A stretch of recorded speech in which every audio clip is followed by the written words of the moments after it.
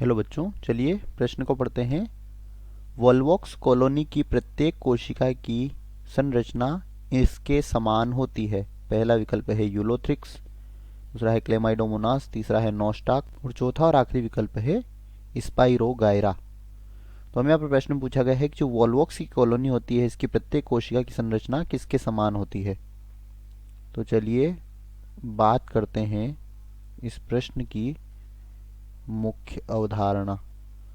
और इस प्रश्न की मुख्य अवधारणा में हम यहाँ पर सबसे पहले बात करेंगे वोल्वोक्स के बारे में कि वोल्वोक्स क्या होता है। तो बच्चों, वोल्वोक्स जो है यह एक कॉलोनियल यानी कि कॉलोनी का निर्माण करने वाला क्या होता है, हरित शैवाल होता है, यानी कि हरा शैवाल होता है। और इस कॉलोनियल शैवाल की जो कोशिकाएं होती है यह एक कोशिकीय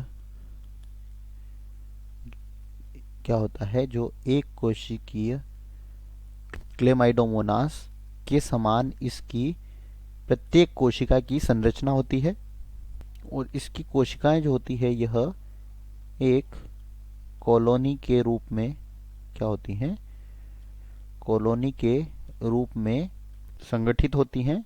और इसे क्या कहते हैं, सिनोबियम कहा जाता है। तो अगर यहाँ पर बात करें विकल्पों की तो पहला है यूलोथ्रिक्स।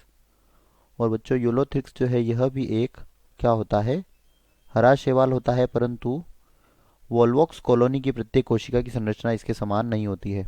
बी है क्लेमाइडोमोनास, यही हमारे प्रश्न का उत्तर है, यह भी एक हरा शैवाल है और इसकी संरचना वोल्वोक्स की प्रत्येक कोशिका की संरचना के समान होती है।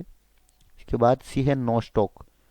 तो बच्चों, नोस्टॉक जो है यह क्या होता है, नील हरित शैवाल होता है। और नील हरित शैवाल जो है प्रोकैरियोट होते हैं, जबकि वोल्वोक्स जो है यह एक यूकैरियोटिक शैवाल है, तो गलत हो जाएगा।